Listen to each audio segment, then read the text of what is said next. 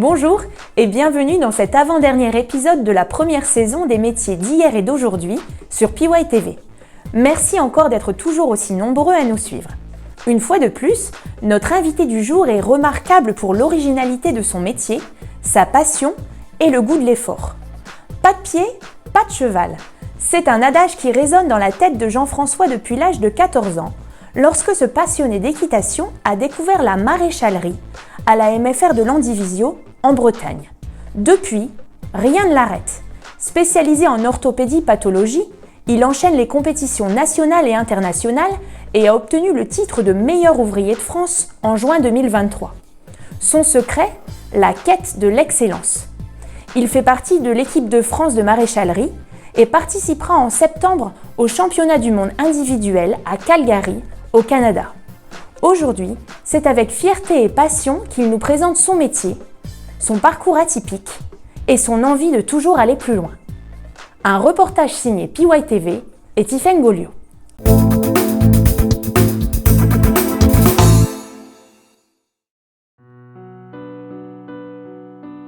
À l'âge de 12 ans, Jean-François a la chance de s'essayer à sa première leçon d'équitation.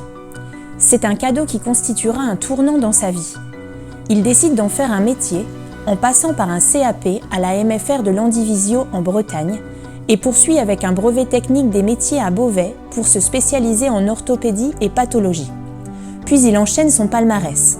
En 2006, à seulement 19 ans, il s'installe en entreprise individuelle. Il remporte le concours Talent meilleur créateur en artisanat régional en 2007.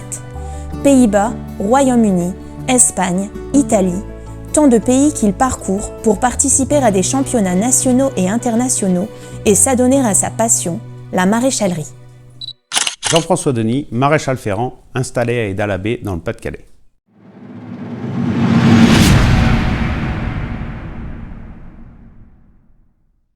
J'ai eu la passion du cheval en recevant des leçons d'équitation par Pascal Loisel, mon institutrice de maternelle à l'époque, et j'ai eu envie de faire un métier avec cet animal. J'ai découvert le métier de maréchal ferrant lors d'un reportage qui m'a captivé. J'avais vraiment envie de tenter l'expérience. Et du coup, j'ai découvert Max Bourlois dans la région qui a accepté de me prendre en stage pendant mes vacances. Suite à ça, on a cherché les écoles en France, en scolaire. Du fait de mon jeune âge, 14 ans, sorti de 3e, c'était pas évident. Il y avait 5 écoles en France, en scolaire. Du coup, il fallait faire les tests de sélection et en moyenne, c'était 5-6 places par école. J'ai été pris à Landivisiau, en Bretagne, à côté de Brest. J'avais mon patron, Jean-Pierre Mercier, en Côte d'Armor, à côté de Dinan. Donc déjà beaucoup de voyages, pas évident. À 14 ans, de se déplacer en train, seul, vraiment pas facile. Suite à ça, l'obtention de mon CAP, 2 ans après, j'ai continué par une spécialisation en orthopédie pathologie à l'école de Beauvais, donc le BTM, brevet technique des métiers. Et j'avais un premier patron sur Fontainebleau qui n'était pas poussé en orthopédie, et donc on faisait de la ferrure classique, du ferrage de suivi normal, donc c'était pas très intéressant, donc j'ai changé de patron pour aller chez Antoine Corona, sur le Mans, avec qui on travaillait avec 5 cliniques autour du Mans, donc beaucoup plus intéressant, beaucoup plus formateur pour l'orthopédie et pour l'examen. J'ai eu mon obtention de mon examen et je suis revenu dans ma région natale, ici dans le Boulonnais, pour m'installer, à l'âge de 19 ans. Donc suite à mon installation dans la région, j'ai été élu meilleur créateur de l'artisanat régional grâce à Idées Littorales qui m'ont aidé à monter mon dossier et qui m'ont inscrit à ce concours.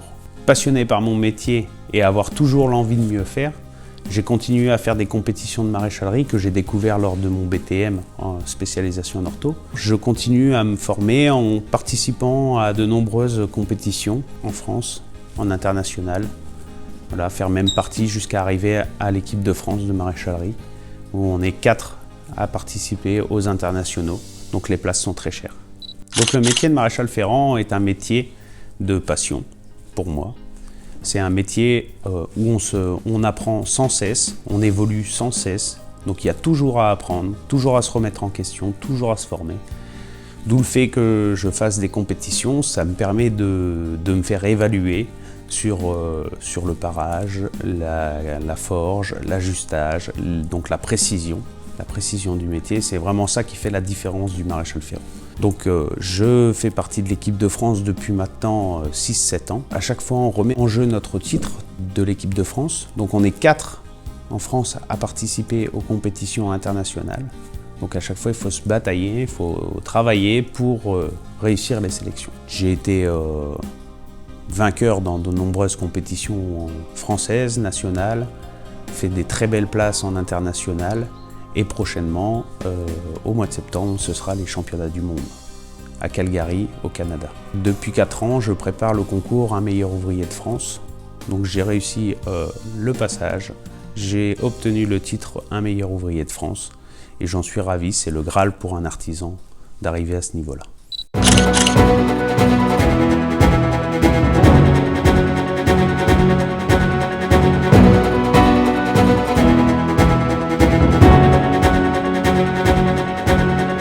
On va passer à la réalisation du fer à cheval pour le cheval diamant qui a des pieds dérobés. Donc là, je fais du sur-mesure. Donc j'ai choisi la section de ferraille pour réaliser le fer. Et là, je vais couper à sa longueur par rapport à son pied. Donc là, on a 2 lopins. C'est de la section 40 par 12 pour un cheval de trait, donc, et qui sont coupés à 430. Donc 43 cm. Donc là, je vais marquer le milieu du lopin, les espacements pour la pince, donc l'avant du pied du cheval, puis après la branche externe, puis la branche interne.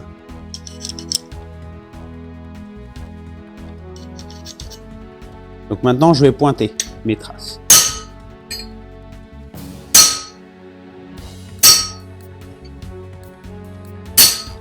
Puis maintenant, je vais mettre à la forge. Premièrement, on va chauffer et refroidir les extrémités pour refouler le milieu, parce que c'est l'endroit où la ferraille est la plus cintrée pour la pince. Et donc on ne veut pas perdre d'épaisseur ni de couverture.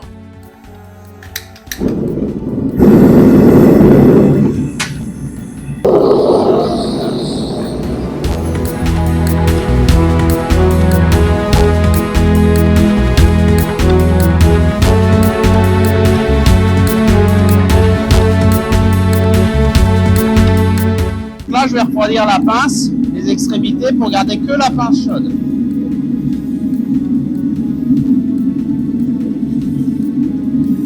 On n'est pas très chaud encore.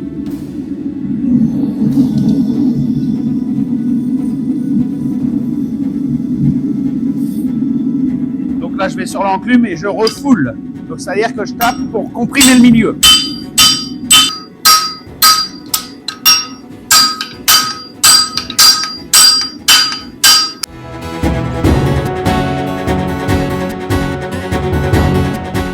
Donc ça a pour but d'augmenter l'épaisseur parce que quand je vais cintrer la section, ça va étirer et donc de garder une épaisseur constante. Et en même temps, ça comprime les molécules de carbone, donc ça renforce un petit peu à l'usure. C'est reparti pour réchauffer pour pouvoir cintrer.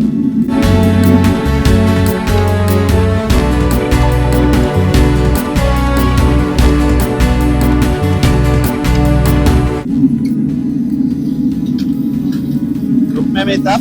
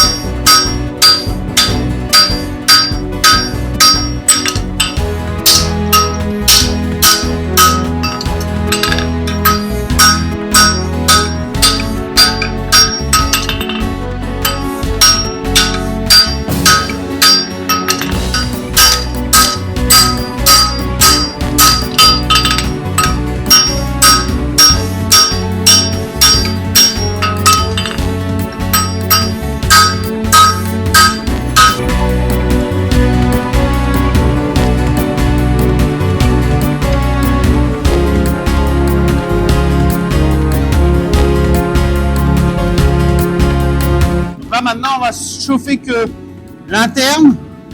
On va faire l'éponge, c'est-à-dire arrondir le bout, que le cheval ne se blesse pas. Étirer un petit peu et cintrer.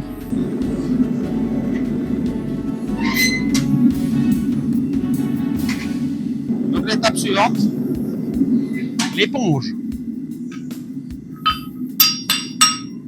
Donc c'est arrondir le bout pour pas que le cheval se blesse.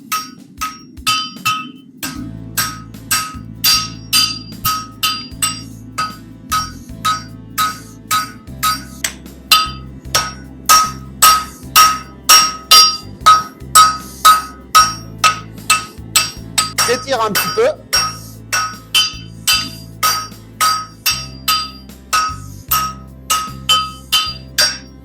Et je cintre.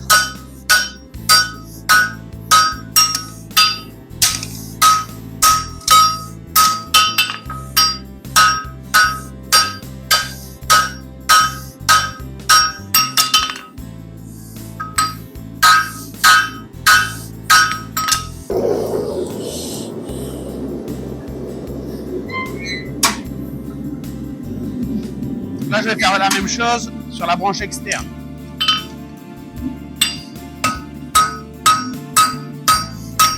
Et je cintre.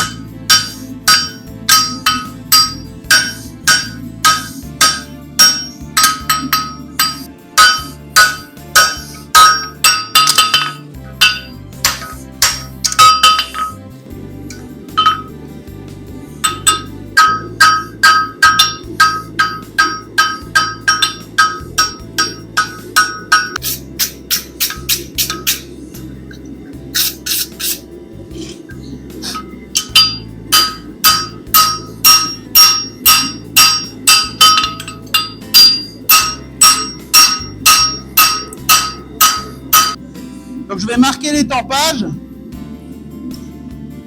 Donc pour la forme du pied là,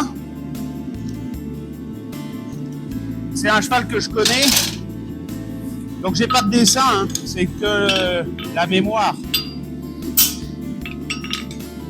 Donc c'est un cheval avec un pied dérobé. Ok, on met un peu plus d'étampure qu'en temps normal. Souvent on en met 8, 6, 8, et là on met 10 étampures, 10 ou 11.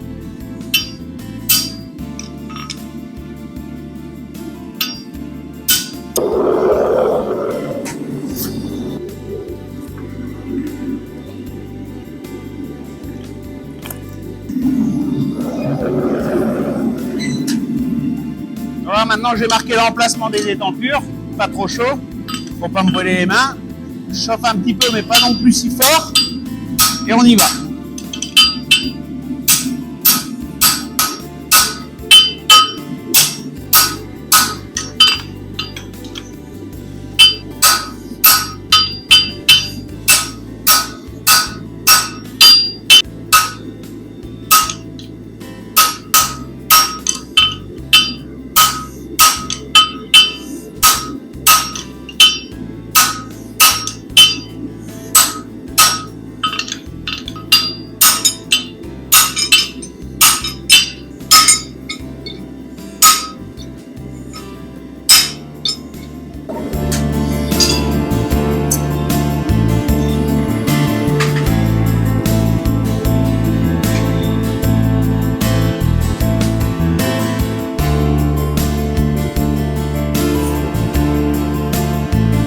Utiliser un marteau à boule pour sortir une boule de matière de la couverture pour pouvoir tirer le pinçon, ce qui va permettre de caler le fer et l'empêcher qu'il recule. On peut aussi ferrer sans pinçon, hein, ce qu'on fait beaucoup en clientèle. Et là c'est un gros cheval qui a des pieds fragiles, donc il a besoin des pinceaux.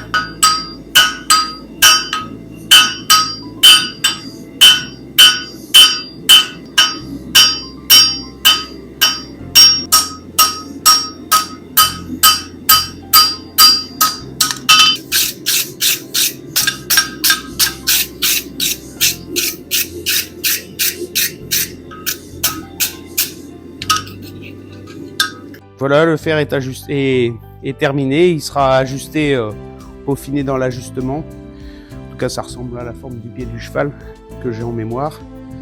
Les mesures, ça devrait être à peu près ça. Le métier de maréchal ferrant, c'est quoi?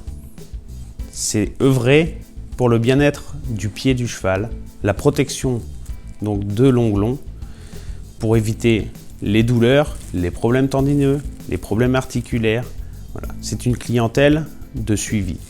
On intervient sur les chevaux tous les 6 à 8 semaines. Donc on intervient dans les écuries, chez les particuliers, dans les centres équestres. Donc soit pour protéger les pieds avec par des fers ou faire simplement de l'entretien, c'est-à-dire tailler les pieds. C'est très important pour un bon vieillissement du cheval. Donc pour ce faire, on a un véhicule aménagé et c'est nous qui nous déplacions chez les gens.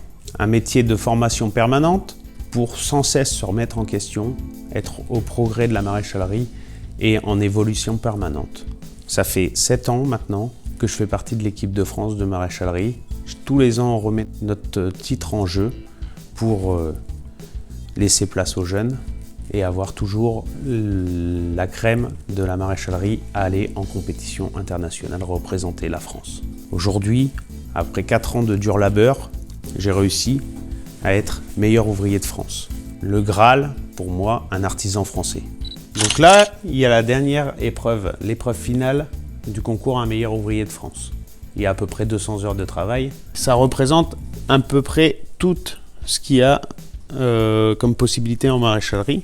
Donc des fers de course, galopeurs, fers de poulain, trotteurs, bovins, trotteurs, l'âne, l'orthopédie, les fers anglais, la forge française, le cheval de trait, mule, l'orthopédie, la monte western, encore de l'orthopédie, de l'historique et de l'orthopédie, de l'aluminium, des aciers.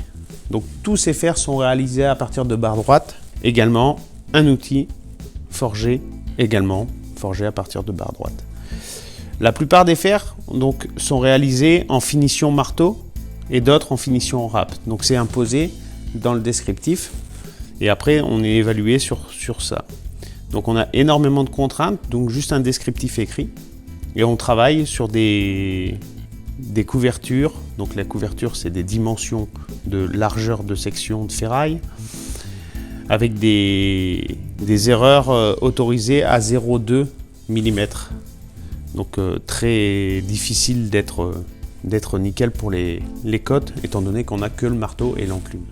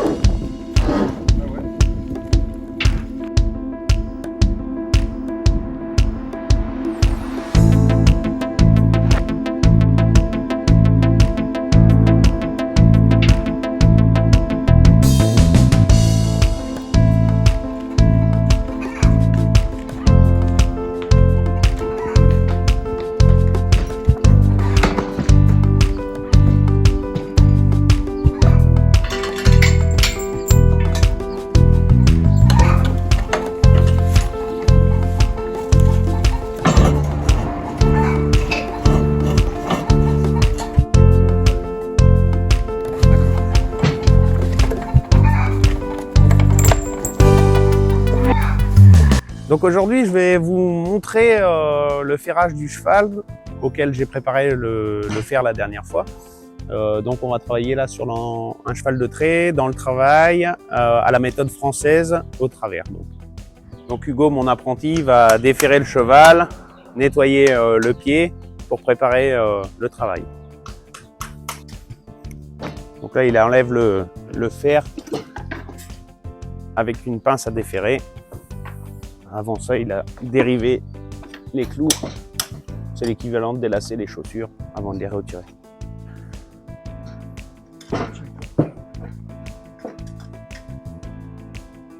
Donc là, c'est Diamant, un cheval qui a fait la route du poisson, qui fait de l'attelage régulièrement sur des chemins macadamés et chemins entre champs. Il use beaucoup et a des pieds avec des petits problèmes, c'est pour ça qu'on intervient dessus. Donc là, je vais procéder au parage du sabot. Donc enlever l'excédent de corne, toute la vieille sole. Faire attention aux aplombs pour avoir un bon vieillissement du cheval, des articulations et des tendons. Je taille l'excédent de corne, donc là la fourchette, la partie amortissante du pied, ce qui permet l'écartement des talons opposés au sol. Donc ils sont pas toujours, là elle n'est pas très propre. On va bien dégager la lacune. Donc là on nettoie, on est près des chairs.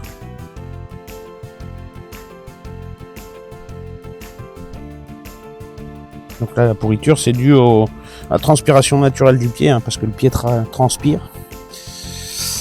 Et un peu de manque de nettoyage sur les profondeurs de pied. Quelque chose qui est fréquent quand même sur les pieds. Et des chevaux qui ont des immunités un peu plus basses vont avoir des fourchettes plus facilement pourries. Et donc nous, notre rôle c'est d'intervenir, d'ouvrir, que le client puisse bien nettoyer pour éviter les problèmes. Donc là le cheval je vais le faire en fer forgé. C'est un choix parce que le cheval, vu qu'il fait beaucoup de macadam, il use très fort, le fer forgé est plus résistant et c'est un cheval qui avait des gros problèmes de pieds et de tenue des fers parce qu'il a des pieds qui sont avec des parois dérobées, donc c'est des parois qui sont très très abîmées et donc le passage de clous est pas évident, que vous verrez après. Et du coup le fer forgé nous permet de placer les tempages, contrairement à un mécanique, là où on veut, et d'adapter vraiment par rapport au pied du cheval.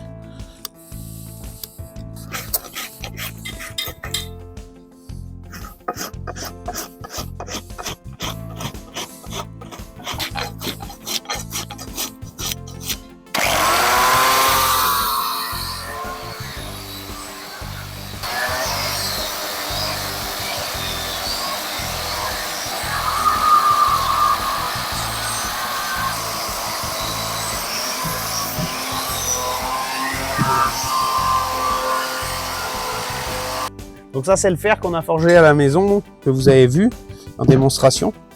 Et donc là il est déjà à la forme du pied, Donc comme je vous avais dit, la forme c'est dans la mémoire. Je suis bon. Je suis bon en forme, donc j'ai pratiquement rien à faire. Donc après c'est un gain de temps aussi au travail, d'arriver et d'avoir le fer déjà préformé à la forme du pied. On va gagner du temps. Donc on va quand même réchauffer le fer, parce qu'on fer à chaud, et donc ça va nous permettre de porter sur le pied, donc le fer chaud, de brûler la corne, pour avoir un fer qui épouse parfaitement le contact au pied, et donc avoir un meilleur vieillissement.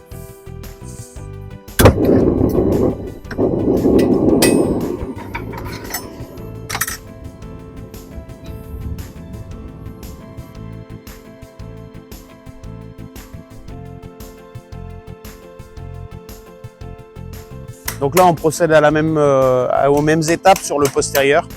Bon, c'est la même chose, la différence c'est qu'il est attaché un peu différemment sur le travail. C'est peut-être plus facile d'intervenir sur un postérieur que sur un antérieur.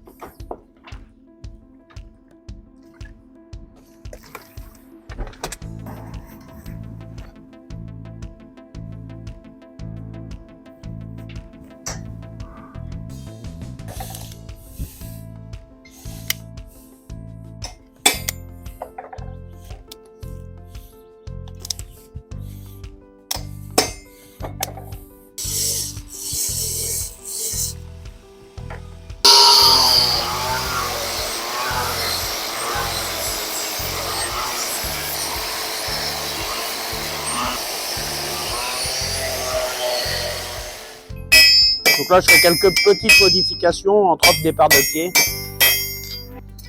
que je vais porter sur le pied du cheval.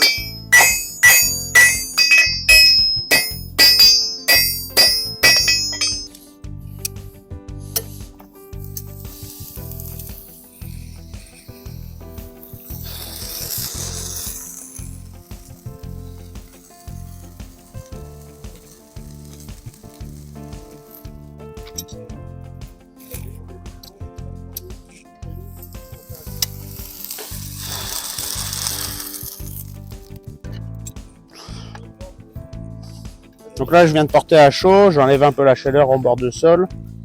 Donc ça nous permet voilà, d'avoir un fer qui épouse parfaitement la paroi du sabot. Et donc quand on va mettre des clous et qu'on va faire les rivets, on n'aura pas d'écrasement. On n'aura pas d'écrasement entre s'il y a des creux et des bosses. Qu'on ne doit pas avoir. Hein. Mais en fer un froid, ça peut arriver. Donc on aura un meilleur vieillissement du ferrage. Donc là j'ai presque rien eu à faire sur le fer parce que c'est un fer forgé. Hein. Parce que sinon là, un fer mécanique il y aurait énormément à modifier. Là. Donc un fer mécanique qui est sorti d'usine, on va faire la même chose, on va le chauffer, le mettre à la forme du pied et il y aura plus de travail dessus.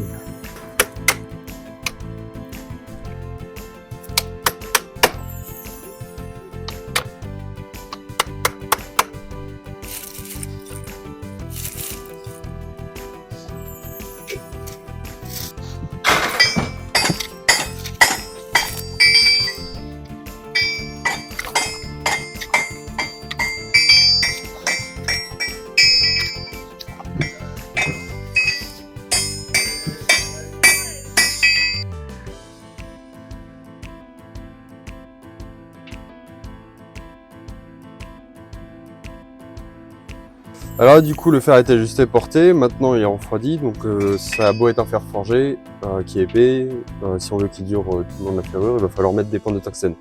Donc moi mon boulot maintenant ça va être de venir le percer aux endroits où il est le plus usé. Donc j'ai la machine et je vais percer.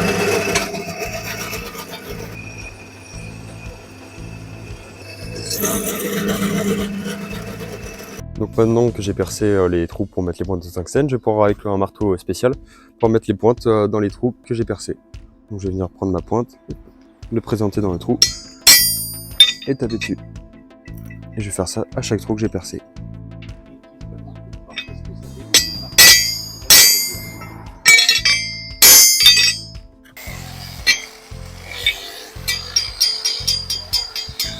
Donc maintenant que j'ai mis toutes les pointes sur le fer, je vais venir avec l'aide de la meuleuse à bande, venir faire les chanfreins. Donc ça permet de venir garnir le fer et le pied, donc c'est-à-dire faire dépasser le fer du pied pour que le vieillissement, quand le pied s'appuie sur le fer, il s'écrase.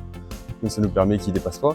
Ça permet aussi qu'il ne vienne pas déferrer et venir casser les ongles pour pas qu'il se blesse. Donc maintenant je vais pouvoir le meuler et après il sera prêt à brocher et à finir.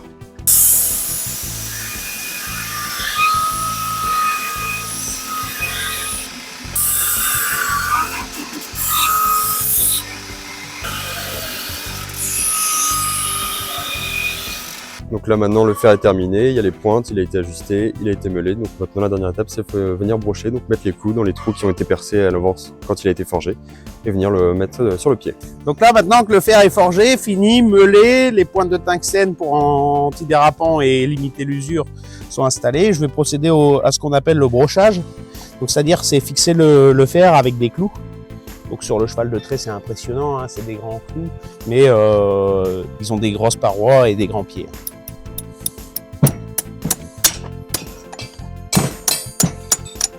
Donc là, le clou, il y a un grain d'orge qui fait plier le clou dans le pied donc pour ressortir. Et donc là, on voit qu'il commence à ressortir ici.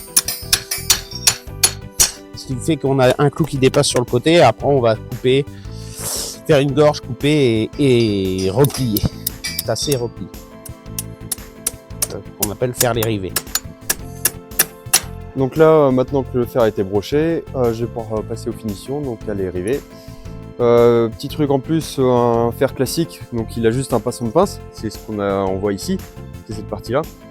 Diamant, il a un pinceau de pince plus un pinceau sur le côté, un pinceau latéral, parce qu'il a tendance à faire tourner les fers, donc le pinceau sur le côté va venir empêcher le fer de tournée. Donc le fait de les forger, on peut pallier à ce défaut-là et avoir un fer qui va parfaitement s'ajuster à sa morphologie, à ses déplacements et à son travail. Donc maintenant, je vais pouvoir faire les finitions et puis comme ça, il sera fini ce pied-là.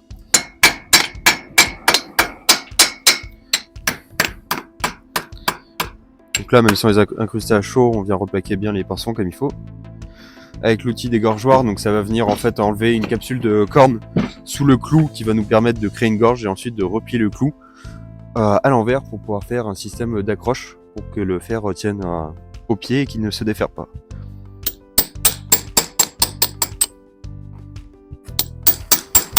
Donc là, avec l'aide d'une tricoise, donc c'est une pince pour couper les clous. Hop, je vais venir couper les clous à la bonne taille.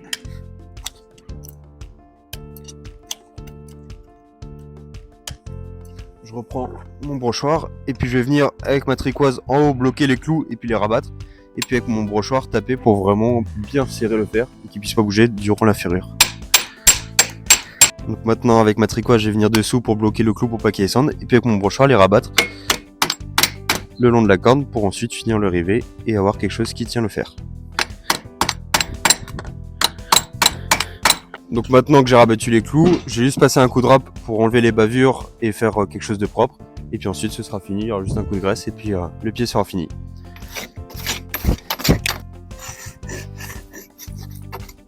Et voilà.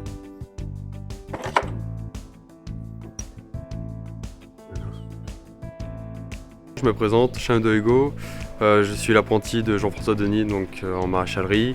Ça va faire 2 ans que je suis ici bientôt, même ça fait 2 ans. J'ai commencé la formation il y a un peu plus de 4 ans. Mon premier patron était en Charente, je suis de Charente. Je bossais avec lui pendant mes vacances scolaires pour découvrir le métier et puis voir si ça me plaisait. Ensuite, j'ai commencé ma formation de CTM maréchalerie, donc l'équivalent du CAP pour devoir s'installer à Barbezieux en Charente, et mon patron était à Toulouse. J'ai passé quasiment 2 ans là-bas. Ensuite, au bout de ces 2 ans, j'ai décidé de changer de patron pour pouvoir voir d'autres choses, découvrir d'autres régions, d'autres façons de travailler.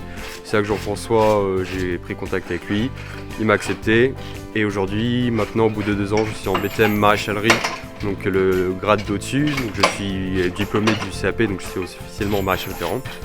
Mais j'ai continué dans le BTM, ce qui est une spécialisation un peu plus orthopédie. Donc c'est pour aller un peu plus loin, c'est 2 ans. Et donc cette fois-ci, c'est à Saint-Hilaire-du-Harcouët en Normandie. On a eu affaire à Jean-François pour redresser un peu mon cheval parce qu'il marche un peu, il a des mauvais aplombs. Et depuis, ça fait 8 ans facile qu'on travaille avec. Le cheval, il a refait des routes, il remarche très bien, voilà. Très bien, un peu de travers, mais il marche beaucoup mieux qu'avant. Et on est très satisfait de son travail et grâce à ça, on va pouvoir s'engager dans des manifestations comme le Marathon des Sables à Berck-sur-Mer et aussi la route de Breitz en août dans le Finistère. Si j'ai un petit conseil à donner en tant qu'apprenti maréchal ferrant de ma petite expérience, c'est le fait de se déplacer, d'aller chercher les patrons dans différentes régions, des écoles dans différentes régions, pour aller chercher ceux qui nous plaisent, ceux qui sont compétents, et surtout ne pas hésiter à vraiment se déplacer. C'est vraiment bénéfique, les régions ne sont pas les mêmes, les chevaux ne sont pas les mêmes, les façons de travailler ne sont pas les mêmes, et vous ressortirez que grandi de ces expériences différentes en ayant vécu chez différents patrons dans différentes régions.